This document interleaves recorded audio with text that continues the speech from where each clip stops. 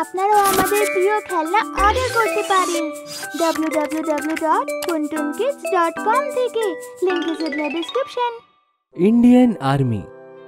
গট্টু চিংকি আর তার বন্ধুরা ছাদে একত্র হয়েছিল। কখন আসবি? আসবে আর চোখের পাতা ফেলতে ফেলতেই দেখবি উধাও হয়ে যাবে। হ্যাঁ, ওই দেখ এসে গেল।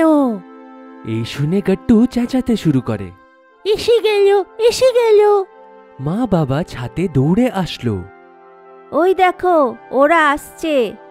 ভারত মায়ের জয়। বন্দে মাতরম। রাফেল বিমানের আওয়াজে আকাশ ভরে গেছিল।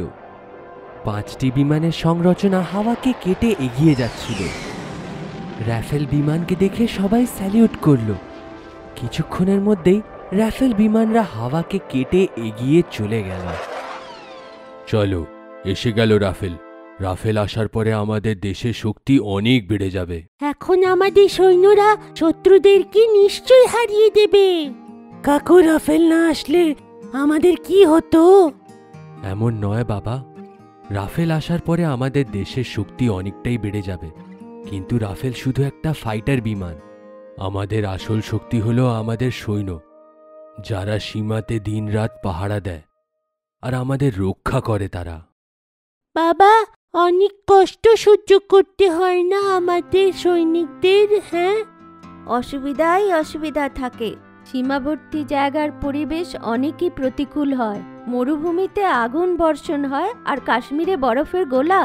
তবুও সৈন্যরা বেখাতির হয়ে দাঁড়িয়ে থাকে। অনেক সাহসী আর নিষ্ঠাবান আমাদের সৈন্যরা। ওদের নিষ্ঠা আর সাহসের জন্যই তো আমরা কার্গিল যুদ্ধ জিততে পেরেছিলাম। আমাদের সৈন্য এত সাহসী যে পুরো পৃথিবী ভয় পায় ইন্ডিয়ান আর্মিকে, আর ইন্ডিয়ান আর্মিকে অনেক সম্মানও করা হয়। সত্যি আমাদের আর্মি সম্মান আর অভিমানের যোগ্য। আমাদেরও আমাদের সৈন্যদের জন্য সম্মান আর নিষ্ঠা রাখা উচিত। কিন্তু কিছু লোকেরা সৈন্যদের সম্মান করে না বাবা, জানো?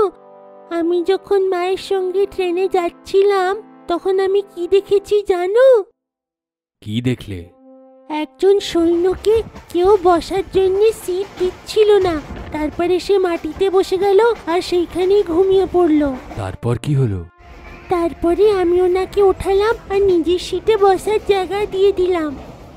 বাহ গট্টু, সত্যিতে লোকেদের লজ্জা পাওয়া উচিত। আরে ভাই, সৈন্যরা আমাদের সব দিক দিয়েই সুরক্ষা দেয়।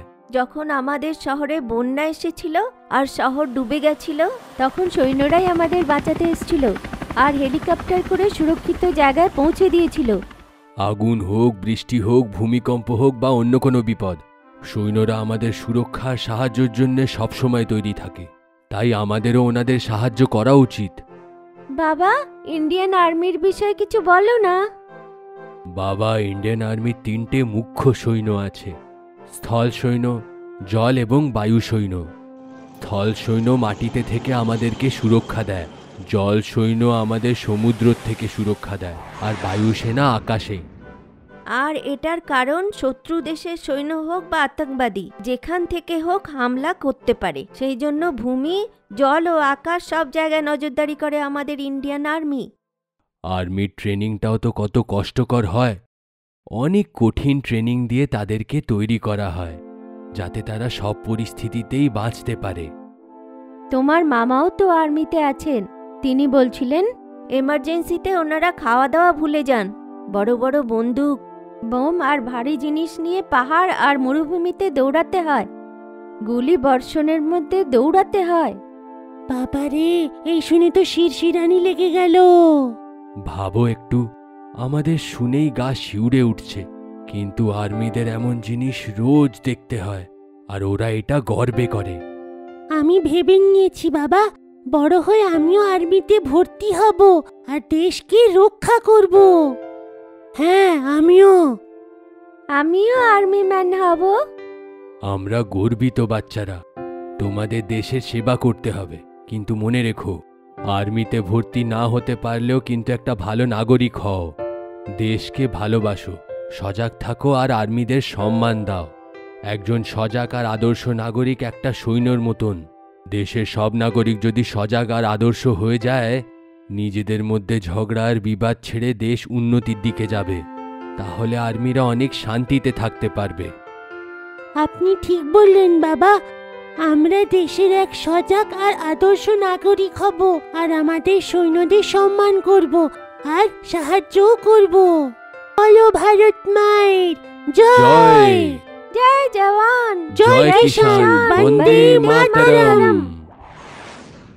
আমাদের ভিডিও ভালো লেগে থাকে তো আমাদের ভিডিওকে লাইক করুন, কমেন্ট করুন আর সাবস্ক্রাইব করুন।